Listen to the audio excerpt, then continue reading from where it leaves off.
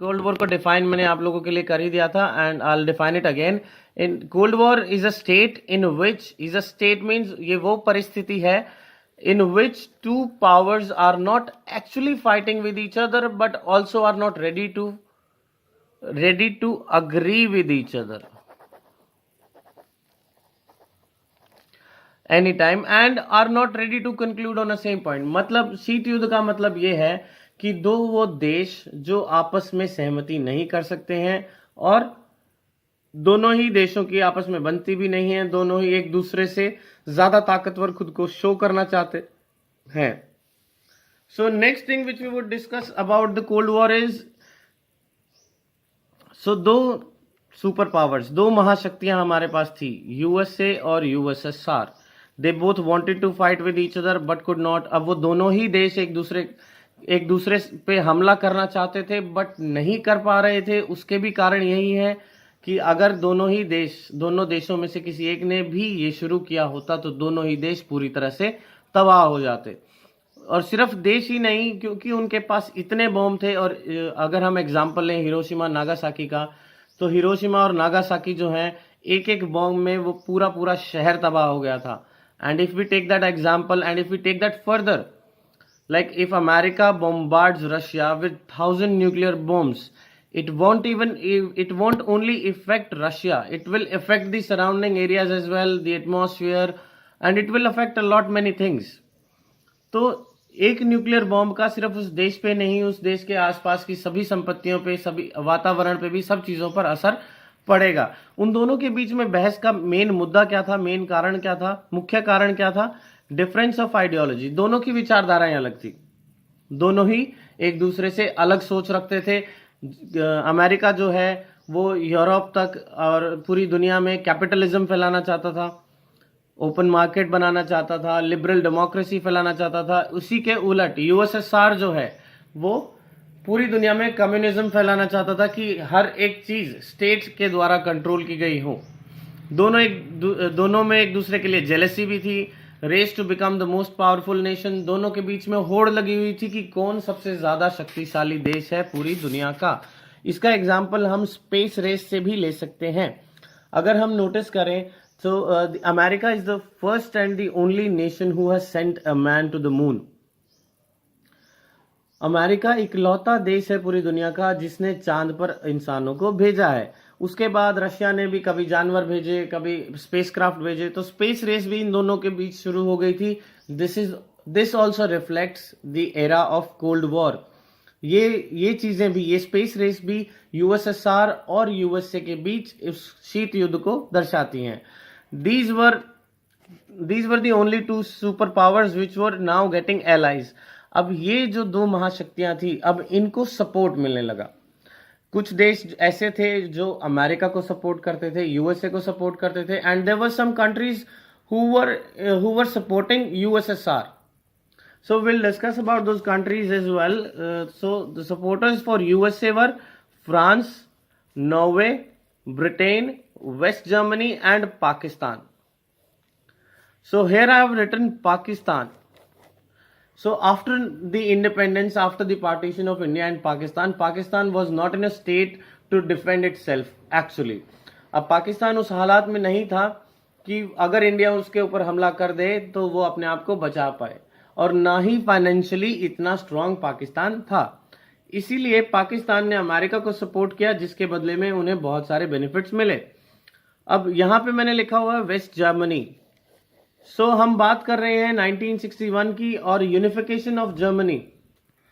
तो जर्मनी का यूनिफिकेशन जो है वो सन 1990 में हुआ था.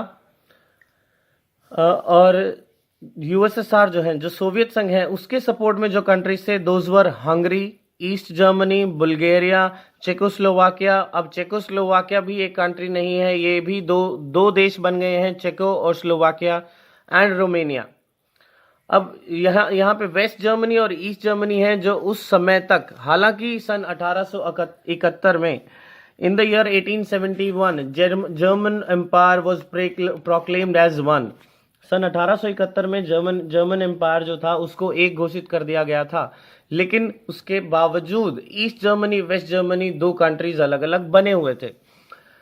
सो West Germany used to support USA and East Germany used to support USSR.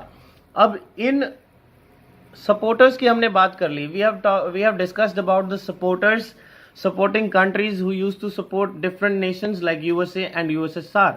But इनसे फायदा क्या होता था? इन देशों को इनको सपोर्ट करने का फायदा क्या था, और इन सुपर पावर्स को इन देशों के सपोर्ट का फायदा क्या था? जो सपोर्टिंग कंट्रीज थे, for example Pakistan, West Germany, Britain, France, Norway, इनको क्या बेनिफिट्स थे? Protection, because USA was a big super power in the whole world. तो इन सभी कंट्रीज को प्रोटेक्शन मिलता था, मिलिट्री इक्विपमेंट्स मिलते थे एंड इकोनॉमिक फेवर मिलता था, बिकॉज अमेरिका के पास बहुत पैसा था, बहुत पावर थी, इसीलिए ये चीजें अमेरिका इन देशों को प्रोवाइड कर सकता था. Same goes with USSR, because USSR was a big union and almost 15 countries were members of USSR. So the countries which were supporting USSR also used to get protection, military equipments, economic favor and all that. इसके उलट इन super powers को क्या benefits थे? Location to set up military base.